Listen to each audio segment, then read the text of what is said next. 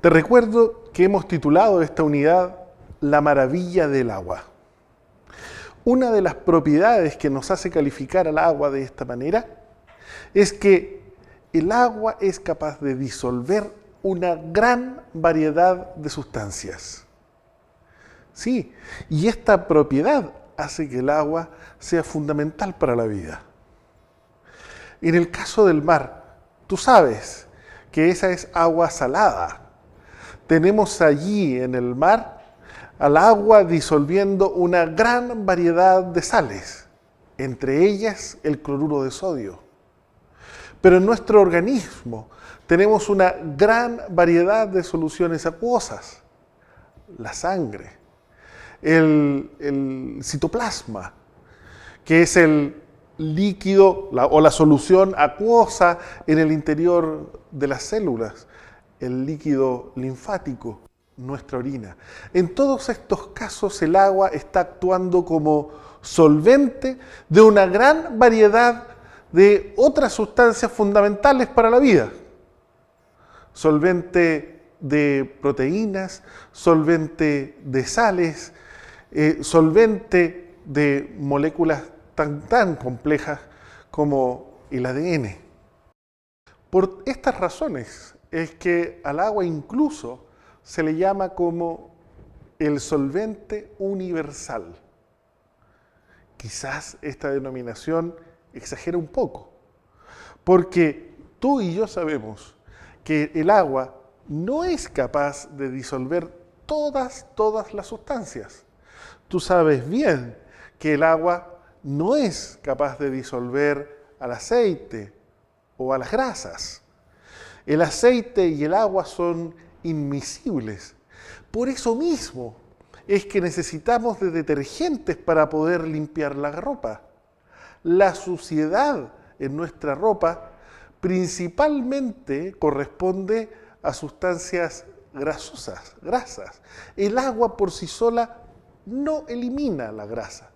Necesitamos entonces de un mediador que son los jabones o detergentes. Y entonces aquí surge la pregunta, ¿por qué el agua disuelve a sustancias como las sales, sustancias iónicas? ¿Por qué el agua disuelve a sustancias como los alcoholes, las azúcares, y no disuelve a los aceites y a las grasas? ¿Y por qué los aceites sí, por ejemplo, pueden disolver a los hidrocarburos y viceversa?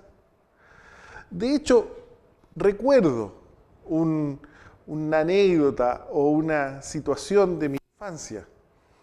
Mi padre, cuando necesitaba limpiar el terno de alguna manchita en la solapa, lo que usaba era benzina blanca, no usaba agua. ¿Y por qué? Y le funcionaba, de hecho. Bueno, ¿y por qué la benzina era capaz de disolver esa manchita y el agua no? Bueno, esas son las preguntas que vamos a resolver en esta sección. Y vamos a comenzar mostrándote este experimento. Tenemos aquí una solución de sal común, una solución de cloruro de sodio, y aquí tenemos una solución de azúcar de mesa. Nosotros sabemos por experiencia, ambas sustancias son completamente solubles en agua. Pero fíjate la diferencia. Una solución es capaz de conducir la electricidad y la otra solución no. En este experimento tenemos dos electrodos que han sido conectados a una batería, a una fuente de poder. Se ha aplicado una diferencia de potencial eléctrico y producto de esa diferencia de potencial eléctrico se enciende acá la ampolleta, pero en este caso no. Si aquí se encendió la ampolleta es porque en la solución hay un movimiento de carga eléctrica, hay conducción. En este caso no hay movilidad de cargas eléctricas. Bueno, ¿qué es lo que está ocurriendo acá? ¿Cuál es la diferencia del comportamiento entre esta solución, entre la solución de sal y la solución de azúcar?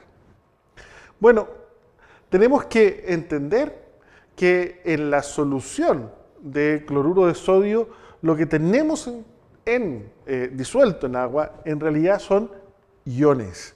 Cuando el cloruro de sodio se disuelve, se separa en el catión sodio y en el anión cloruro. Ya hemos visto que no existe la molécula cloruro de sodio. Lo que existe en realidad es una red cristalina, es un retículo en el que los iones positivos y negativos adoptan posiciones fijas, posiciones tales que las fuerzas de repulsión y de atracción electrostática se equilibran entre sí.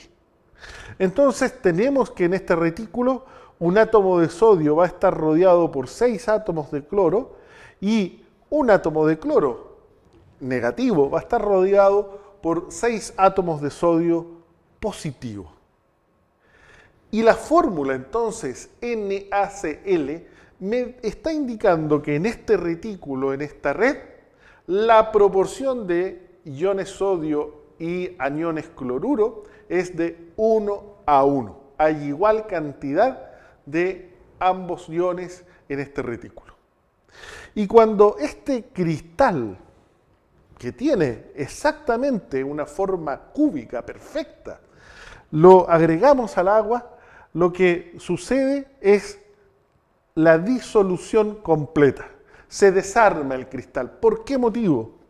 Porque se da una intensa fuerza de atracción entre las moléculas de agua y los iones. En el caso de los iones sodio se da una interacción ion-dipolo eléctrico. La carga positiva del sodio interactúa con el polo negativo en la molécula de agua. En el caso del anión cloruro, cargado negativamente, va a interactuar con el polo positivo, es decir, con los átomos de hidrógeno en la molécula de agua. Y no es una interacción 1:1. En realidad, como puedes ver aquí en el dibujo, cada ion es rodeado por muchas moléculas de agua. Entonces, de alguna manera, estas moléculas de agua vienen a rescatar o a liberar, ¿no?, estos iones del retículo, solvatan a estos iones y pasan a estar en solución. Cuando sumergimos estos dos electrodos, y entre ellos definimos una diferencia de potencial, uno positivo, el otro negativo, entonces se produce el movimiento de los iones, por lo tanto, la conducción eléctrica. Así es que, ya sabes, cuando una sal se agrega al agua, esta se disuelve porque se separan los iones positivos de los iones negativos y cada uno de estos iones interactúa fuertemente con las moléculas de agua a través de electrostáticas, fuerzas ion-dipolo, interacción ion-dipolo. ¿Y qué ocurre en el caso de los iones poliatómicos, en aquellas sales que están formadas por 3 o más elementos? Ocurre exactamente lo mismo. La sal se separa entre catión y anión. Y el anión, como un todo, es solvatado por moléculas de agua. Aquí está dándose el ejemplo del sulfato de sodio. Y lo que sucede es que este anión sulfato va a ser rodeado por moléculas de agua que van a permitir que este ion sulfato pase del retículo al seno de la solución. Y aquí tenemos otro ejemplo, que es la disolución del permanganato de potasio en agua, que tiene esta coloración característica violeta, ¿no? El permanganato de potasio es un fuerte oxidante, es un antimicótico y habitualmente se usa en soluciones diluidas de permanganato de potasio para el lavado de los pies. Bueno, Y cuando este permanganato de potasio se disuelve en agua, ¿qué es lo que ocurre? Aquí lo puedes observar, tienes el anión permanganato, en violeta el manganeso, en rojo los 4 átomos de oxígeno, aquí tienes el catión potasio. Vienen las moléculas de agua y liberan a el potasio del retículo, pasa al seno de la solución, y al anión permanganato también lo saca del retículo, pasando al seno de la solución. Ese es el mecanismo de disolución de las sales. Tenemos muchos iones poliatómicos. Aquí hay una muestra o un ejemplo de estos, ¿no? El anión acetato, el bicarbonato, carbonato, hidróxido, hipoclorito, pero también tenemos el clorito, clorato, perclorato, nitrato, nitrito, fosfato, sulfato, sulfito, y aquí un catión poliatómico, en este caso el ion amonio, que tiene un comportamiento muy similar a los cationes alcalinos como sodio, potasio. Bueno, entre estos aniones y los cationes que se forman de los metales alcalinos y alcalino-térreos podemos formar una gran variedad de sales. Eso es lo que vamos a reforzar a continuación.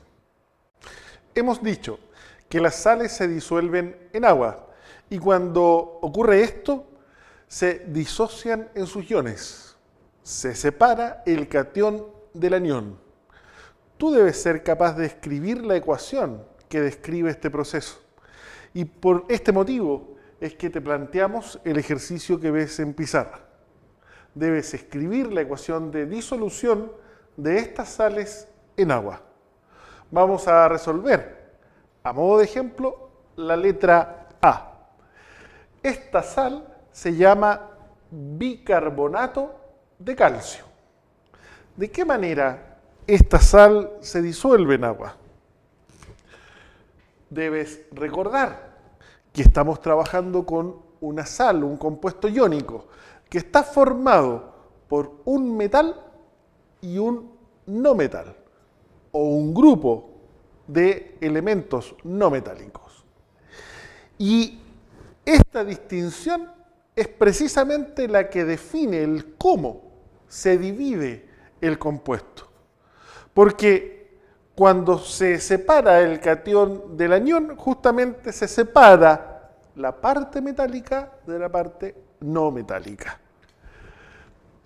En consecuencia, lo primero que debes hacer es identificar en esta sal cuál es el metal y cuál es el no metal. Entonces aquí vemos que el calcio es un elemento metálico. El calcio pertenece al grupo 2 de la tabla periódica. Recuerda esto, es muy importante. Al grupo 2 es un metal alcalino térreo. Y bueno, el hidrógeno, carbono, oxígeno, todo ese grupo o ese anión está formado por elementos no metálicos. Por lo tanto, la separación se va a dar entre el calcio y el grupo bicarbonato. Y eso es entonces lo que vamos a escribir. El calcio se separa del bicarbonato. Ahora, la fórmula de la sal me dice que tengo 2 grupos bicarbonato por cada átomo de calcio. Por lo tanto, tendremos que anteponer aquí un 2. Listo. Tenemos ya la ecuación escrita. ¿Es así? Bien, buena observación. Hemos dicho que la sal se separa en iones y aquí no hemos escrito aún los iones, nos faltan las cargas eléctricas. Perfecto. Bueno, el calcio, ¿cuál va a ser el signo de su carga eléctrica? ¿Va a estar cargado positivamente o negativamente? En efecto, el calcio es un metal, por lo tanto, sobre él debieran ir cargas positivas. Pongamos el signo más. Ese es el catión. Ahora, ¿cuántas cargas positivas? ¿Una? Bien. Hemos dicho, es un metal alcalino térreo, está en el grupo 2 de la tabla periódica. Eso significa que va a formar un catión bivalente, es decir, con 2 cargas positivas. Bueno, ¿y cuál es la carga del anión bicarbonato? ¿Cómo puedo determinarla? Fíjate, esta sal es absolutamente neutra. Eso significa que tenemos tantas cargas positivas como cargas negativas. Por lo tanto, entre estos 2 aniones bicarbonato debemos compensar las 2 cargas positivas del calcio. ¿Qué significa esto? Como tenemos 2 aniones bicarbonato, cada uno debe tener una carga negativa para que de esa manera en total tengamos 2 cargas negativas. Las 2 negativas compensan las 2 positivas del calcio. Esta es la ecuación de disolución del bicarbonato de calcio en agua. Y podemos enfatizar esto poniendo entre paréntesis, a modo de subíndice, AC. El calcio, el ion calcio está disuelto en agua, el anión bicarbonato está disuelto en agua. ¿Cuál es el estado? Acuoso. Acuoso. Veamos otro ejemplo. Veamos la letra E. Es el sulfato de amonio. Sulfato de amonio. Aquí se da una situación especial. ¿Por qué motivo? Esta es una sustancia iónica, aun cuando no hay ningún elemento metálico participando en esta molécula. Insisto, es una excepción, una gran excepción. Esto es porque el ion amonio es un catión, lo mostrábamos recientemente en la tabla, tiene un comportamiento similar al de los metales alcalinos. Aquí debemos saber que la separación se va a dar entre el grupo amonio y el grupo sulfato. Entonces, la ecuación dirá, se separa en amonio y en sulfato. Tenemos, eso es lo que dice la fórmula, 2 grupos amonio. Y aquí debes recordar que el amonio es un catión con una carga positiva. Así, tal cual aparece en tabla. Bueno, si te acuerdas de esto, puedes deducir cuál es la carga del sulfato sin tener que memorizar esto. Claro, porque insisto, las sales son neutras. Tienen tantas cargas positivas como negativas. Entre los 2 amonios, ¿cuántas cargas positivas tenemos? 2. Necesitamos entonces de 2 cargas negativas que neutralicen a estas cargas positivas. Eso significa que el anión sulfato, cada anión sulfato, deberá tener 2 cargas negativas. Ya ves. ¿Cuál es la metodología para resolver estos ejercicios? Identifica metal de no metal. En el caso de los metales, conociendo a qué grupo pertenecen, tú puedes saber cuál es la carga positiva que portan. Y en base a esto puedes deducir e inferir la carga del anión. Tú puedes. Suerte.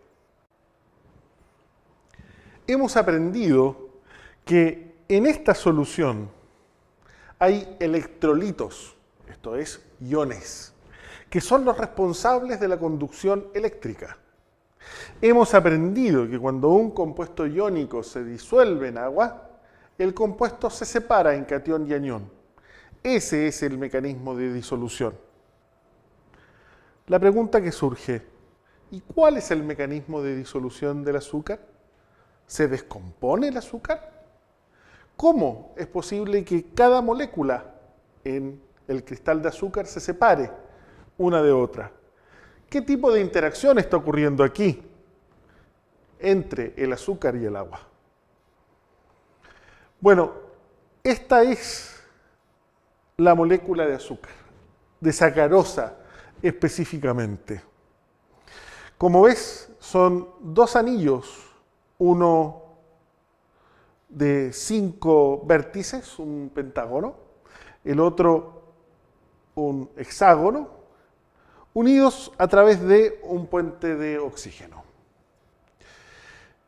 Lo que hay que destacar en esta estructura del azúcar es que distribuidos a lo largo de toda la molécula tenemos una gran cantidad de grupos OH, de grupos hidroxilo. Sabemos que el enlace hidrógeno-oxígeno es un enlace covalente polar. Esto significa que sobre el átomo de hidrógeno tenemos una fracción de carga positiva, un polo positivo, y sobre el oxígeno una fracción de carga negativa. Y además, recuerda que sobre estos átomos de oxígeno tenemos pares de electrones no enlazantes. Entonces, ¿cómo explica esto la solubilidad? Bueno, la molécula de azúcar interactúa con la molécula de agua a través de estos grupos OH. Se forman puentes de hidrógeno entre los hidrógenos de estos grupos con los pares electrónicos no enlazantes sobre las moléculas de agua y puentes de hidrógeno entre los hidrógenos del agua con los pares electrónicos no enlazantes de estos grupos OH sobre la molécula de azúcar. Entonces, si el azúcar se disuelve, es porque entre esta sustancia y el agua se da una interacción molecular, dipolo-dipolo, y de manera más específica una interacción molecular de tipo puente de hidrógeno. Entonces, cuando los compuestos covalentes se disuelven en agua, no hay ruptura de enlace. Las moléculas permanecen intactas y se distribuyen de manera homogénea y uniforme en el solvente. Y las moléculas de soluto van a interactuar con el solvente a través de estas fuerzas electrostáticas, dipolo-dipolo, y de manera más específica a través de puentes de hidrógeno. Este mismo modelo es el que explica la disolución, por ejemplo, de alcohol en agua. Fíjate en este modelo. Aquí tienes la molécula de etanol. Aquí tienes otra molécula de etanol. ¿Y cómo interactúan con el agua? A través de puentes de hidrógeno. El hidrógeno del grupo H del etanol forma un puente de hidrógeno con un par no enlazante del oxígeno del agua. El hidrógeno del agua está formando un puente de hidrógeno con un par electrónico no enlazante del oxígeno de la molécula de etanol. Lo que hemos aprendido hasta aquí sobre disolución de sustancias o sobre formación de soluciones, podemos resumirla en una regla muy práctica. Y esta es: compuestos parecidos se disuelven entre sí. Es decir, una sustancia polar va a disolver a otra sustancia polar. Por ejemplo, el agua, el alcohol. El agua, el azúcar. ¿El alcohol disolverá el azúcar? Haz la prueba. Predice el resultado antes. Y de la misma manera, una sustancia apolar va a disolver a otra sustancia apolar. Entonces, los hidrocarburos, tú sabes, son apolares, se disuelven entre sí. El aceite también es apolar, por lo tanto un hidrocarburo será capaz de disolver al aceite. Y ahí está el secreto en la práctica que aplicaba mi padre para limpiar su vestón. La benzina blanca es un hidrocarburo que disuelve a la grasa que manchaba la solapa de su vestón. Había mucha química. Mi padre era un hombre sabio, sabía mucha química. Y también podemos decir que si las sustancias no se parecen, no habrá solubilidad entre ellas. Una sustancia polar no va a disolver una sustancia apolar y viceversa. Por ese motivo, el agua y el aceite no se disuelven entre sí, no se mezclan. Esta sencilla regla, la regla de solubilidad, nos va a permitir explicar el siguiente experimento. Aquí tenemos tetracloruro de carbono, una sustancia orgánica que es bastante más densa que el agua. Y en el agua tenemos disuelta una pequeña cantidad de yodo. Observa que la fase acuosa y el tetracloruro de carbono no se mezclan. ¿Por qué? Bueno, luego de agitar este sistema o esta mezcla heterogénea, observamos que la solución acuosa se decolora, se pierde el color amarillo y en cambio la fase orgánica, la de tetracloruro de carbono, adquiere un intenso color violeta. Es claro que este cambio en la coloración se debe a que hubo una transferencia del yodo, de las moléculas de yodo, desde la fase acuosa a la fase de tetracloruro de carbono. Y la pregunta es, ¿por qué? ¿Por qué ocurrió esto? Bueno, basta en realidad con observar la composición de la molécula tetracloruro de carbono para darse cuenta que esta sustancia es apolar. Y ya hemos dicho que si una sustancia es apolar y la otra es polar como el agua, no se van a mezclar entre sí. Eso es lo que explica que tengamos dos fases. El yodo molecular I2, es un compuesto eminentemente apolar. Entonces, el yodo que es apolar, ¿con qué sustancia preferirá estar? ¿Con una que es polar o con otra que es apolar? Lo hemos dicho, sustancias parecidas se disuelven entre sí, son compatibles entre sí.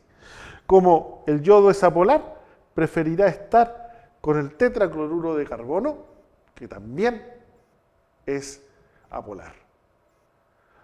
Ya ves, aplicando una sencilla regla, la regla de solubilidad, hemos sido capaces de explicar los resultados de este experimento. A continuación, vamos a resolver un par de ejercicios más para que tú puedas practicar en la aplicación de la solubilidad.